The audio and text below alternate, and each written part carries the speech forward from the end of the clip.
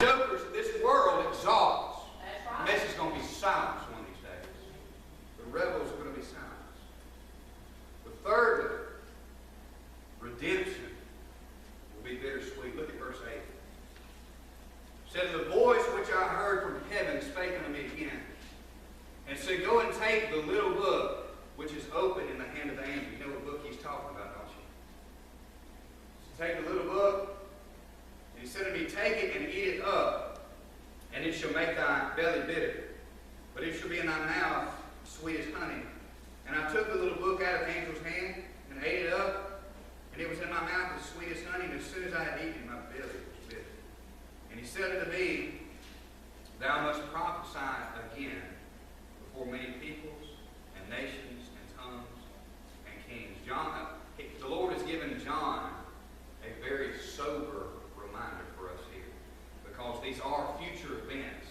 They have not happened yet. That means we've still got a chance to make some choices in this life.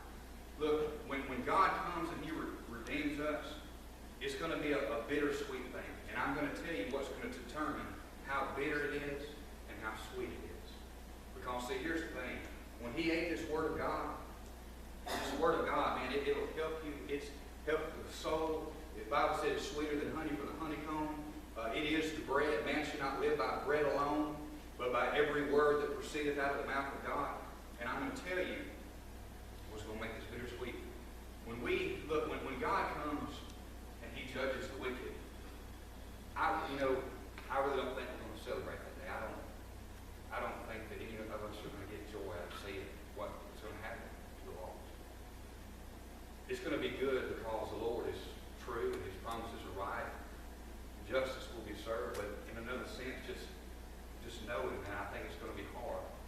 But I tell you what's going to make it easier is if we know that we've done everything we can to get this out to the lost and dying world. Did we do everything we can to tell them about the wrath? Look, we're reading.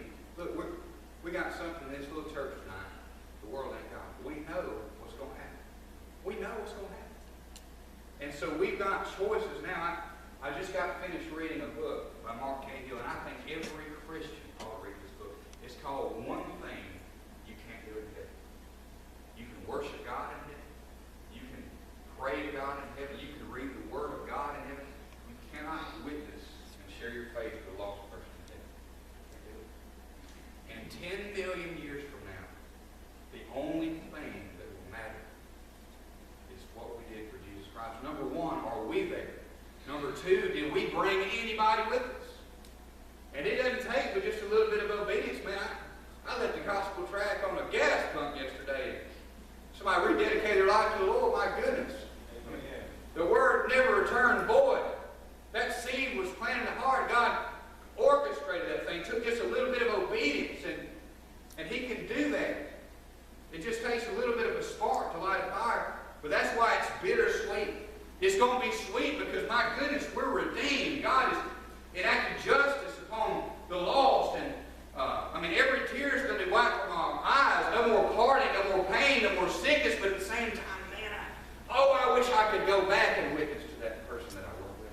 I wish I could go back and tell that person that I went to school with about Jesus. That's why it's going to be bittersweet. I just hope it could be sweet.